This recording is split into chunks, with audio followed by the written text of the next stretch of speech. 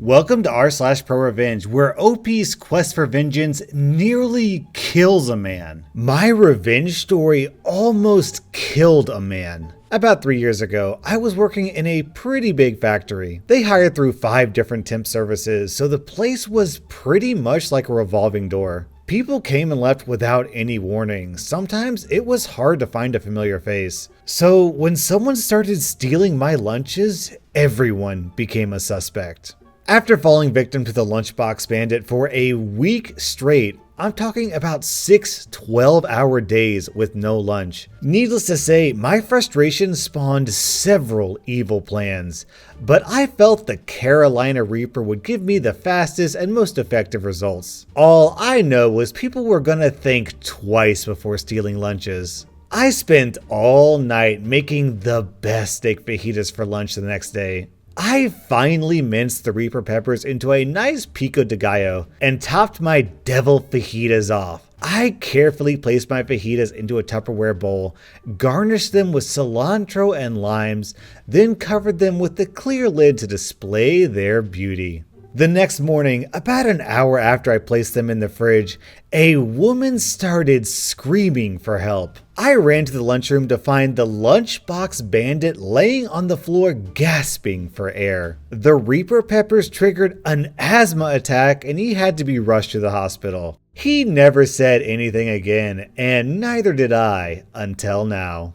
I have to wonder if this guy accidentally found a loophole for murdering people. Because if someone steals your food, but that food is poisonous, aren't you kinda off the hook if they die? Plus, we have a worthwhile contribution from someone down in the comments. There used to be a lot of alcohol drink in auto factories. Long hours and hard work made people want to escape by getting and staying drunk at work. I retired not too long ago, and I've got to tell you, the kids nowadays are not near as bad as the people I worked with 40 years ago.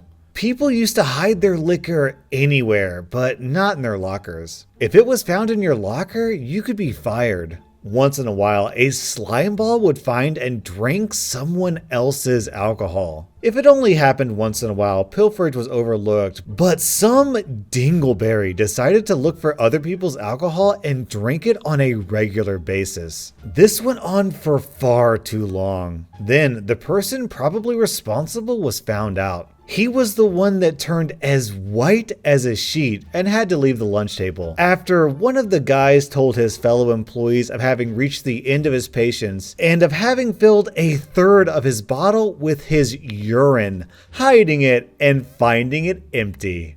Now, to be fair, maybe the guy just had a weak stomach and hadn't been the booze bandit after all. He was a known drunk and often not honest, so maybe. Also, the regular unauthorized booze withdrawals stopped after that. You know, if I were the booze bandit in this story, I'd probably feel a little bit pissed off. I got our home phone number long before cell phones were a common thing to have. As things have evolved, that phone number is part of my history and is utilitarian to use for things I don't want ringing on my cell phone. Like 99% of anything that requires a phone number for no good reason. So I have kept that phone number alive over the years. Most recently, I moved it a few years back to an online service that charges a tiny amount of money per month to host it for me. I access it via an SIP client on my computer. The story. Because of the nature of the phone number, it randomly rings. If I have time, I mess with whomever is calling. Most of the calls are, "Your car warranty is about to expire" kind. Some of the calls are about non-existent credit cards. My favorite calls are the scammers. I record all calls that come into this phone number. In my state, only one person needs to know that a call is being recorded, and besides, these scammers are all overseas, so I really do not care about their laws. So when a scammer calls, I tend to answer and play along.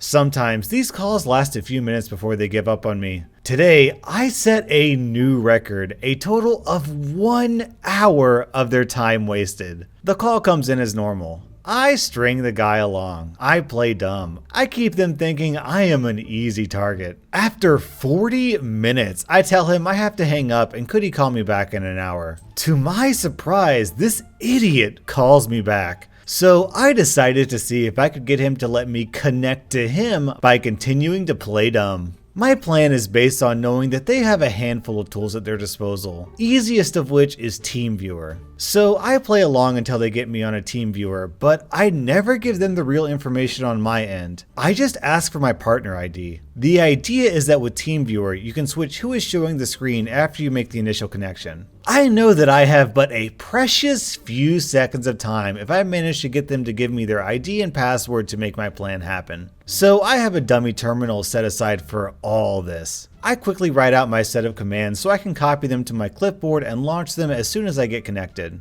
Sure enough, they give me their ID and password. I am ready and I strike. Paste the commands into a run window and let it rip. As I see the window pop up with the command prompt and the deletion of folder starts, the guy starts to stutter and asks, "What are you doing, sir?" I keep playing dumb until my connection is terminated. Files have been deleted. The scammer is pissed. He starts to curse at me. I eventually start taunting him and cursing back at him. After a while, he hangs up. And the best thing about this post is that OP included the audio recording of the phone call. So now I'm going to play the part for you where the scammer gets pissed. Fair warning, there's a lot of cursing and I'm kind of worried about demonetization, so I'm going to bleep out most of it. Sir, you're trying to be smart, right? You're trying to be smart. What? I'm not smart. You're trying to be very smart, man. I'm not smart at all. What were you doing at my computer? What were you trying to do? You told me to connect to your computer. But what were you trying to do on my computer? I was doing what you were telling me to do. I was trying to click on action. No, you're not clicking on action. You're trying to my computer, man. What? Why do you talk with such language? Your mother kiss your mother with that mouth? You kiss your mother with that mouth? Curse? You curse like that to your customers? Mother, you bitch. You're trying to my computer, mother. How would I your computer? I don't know anything about computers. You mother, son of a bitch. How many sisters you have, mother? I'll you one by one. I'll you together. I'll them together, mother. First you have to find your sister. First you have to find your you dickless little. Oh, that is a delight. If you want to listen to the full audio recording, I've got a link to OP's post down in the description. First, a little backstory. I am a college student and cycle to campus every day. It's not a long ride at all, but I have to go through a zone where it's illegal to ride a bicycle on the sidewalk, so I'm forced to ride on the road. Most drivers don't care and just go around me since I stay to the edge and don't make myself a nuisance. Also, I have a sucky e-bike that I commute on. This will be important later. A few weeks ago, a guy in a Ford SUV, I don't know exactly which kind, started yelling at me as he drove by while I was on the road only zone. All the usual, "Get off the road, roads are for cars, you're too slow" kind of stuff. I get that from drivers on a weekly basis. I just ignore and keep going. This man was special though, since he cut right in front of me and slammed on his brakes after yelling. I was able to stop before I hit him, and he floored it out of there yelling, "Better be careful next time, bike." I was pretty mad, but I hadn't got his license plate or anything, and I doubt anything could be done about it anyway. There was no real proof. Over lunch, I told one of my friends who works as an EMT the story, and he got seriously pissed off. Apparently, he has seen the results of a car successfully brake checking a cyclist, and they aren't pretty.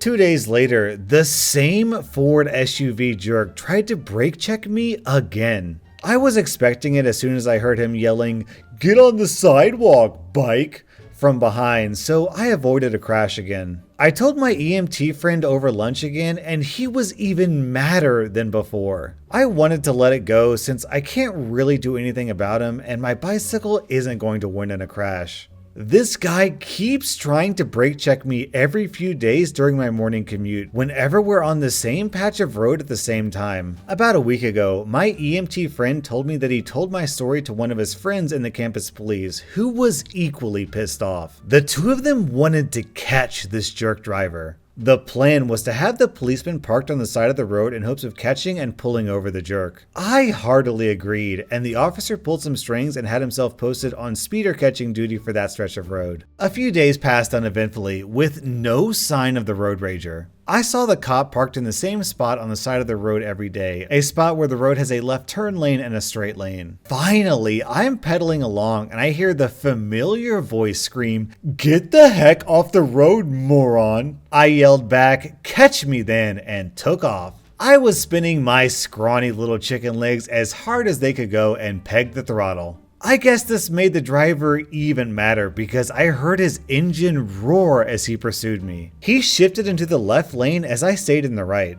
I looked to the side and saw a nasty old man in the driver's seat with a passenger window open. His mouth was going like he was yelling, but I couldn't hear him over the wind noise. I saw the police car spot approaching and started to slow down. Taking the opportunity, the driver swung right in front of me. I don't know if it was the speed or his anger that made him swing wide, but he cut across my lane and crashed straight into the back of the police car. I barely applied my brakes, slowed down to about 15 miles per hour, and crashed into the side of his car. The officer got out. Spitting mad would be an understatement, and called an ambulance and another police car. Everyone was unhurt since the jerk was oh my god. Everyone was unhurt since the jerk was going only like 25 miles per hour, but there was enough of an impact to trigger the SUV's airbags. The jerk ended up getting arrested for driving drunk. Seriously, who drinks before 9 a.m.? For an illegal lane change and probably other stuff too. I don't know all the details. I imagine that causing a crash like that would entail some additional charges. The guy ended up having to pay for extensive repairs on the police cruiser and for a new e-bike to replace the one he destroyed by cutting in front of me. The frame snapped. On top of that, I hear that his car was defined as totaled by his insurance company since the airbags went off. So he also has to pay for a new car. With any luck, he'll lose his license from the drunk driving charges and won't be able to menace cyclists again. Yeah, I'm gonna go out on a limb and guess that crashing into a parked police car is probably pretty bad from a legal and insurance standpoint. I lived across the street from a very bored stay-at-home mom whose excess idle time turned her into an insufferable busybody. Her husband backed out of the driveway and slammed into my roommate's car parked on the curb. He apologized, gave us his insurance info, and took care of it. He was never a problem because he accepted responsibility for what he did. His wife, however, demanded that we never ever park any cars at the curb again because we can't get out of our driveway otherwise. The street was very wide. She was just completely unable to accept that the accident was her husband's fault and figured we were somehow responsible for it. Ergo, we were responsible for preventing it in the future. We told her that we would avoid parking there whenever possible, but that we still had the legal right to park on the street, and that if necessary, we would still do so. And that it was her and her husband's responsibility to avoid hitting other people's legally parked cars when backing out of the driveway. She wasn't happy with that answer, but just told us we better stay out of our family's way and stormed off. One day, she came storming over, banging on the front door, cussing us out. We got her on our security camera saying, "If you don't move that effing car in the next 10 minutes, I am going to effing total it with my truck. It'll be your fault and you'll have to pay for the damage to my effing vehicle." To this, I simply responded, "I don't know whose car that is, but I didn't park it there. I have you on camera, so if you do anything to that car, I'll have to call the police and hand over this tape." She then threatened to sue me for invasion of privacy for recording her, and still insisted that we move the car, even though it wasn't our property. We just ignored her, and she did not do anything to the car. We did keep the recording though.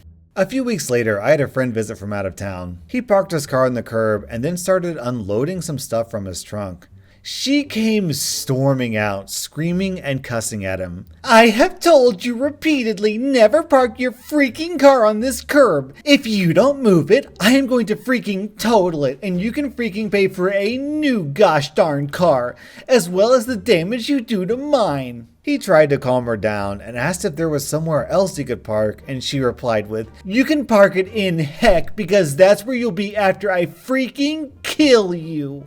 Unfortunately for her, he had his dash cam running the whole time, and it captured everything. He called the police, and she was arrested for threatening to commit vandalism and for threatening violence. A few days later, she left a long-winded hate letter in our mailbox. It was written as if it were an open letter from the entire neighborhood, and it basically said that nobody knows who you are, and everyone wishes you would move away, and nobody wants you living in our neighborhood. Thing is, she forgot about the security cameras. I took the video of her opening my mailbox, which included her taking all our letters out of the mailbox and rifling through them, and I gave them to the post office. This led to her getting arrested for a second time that week.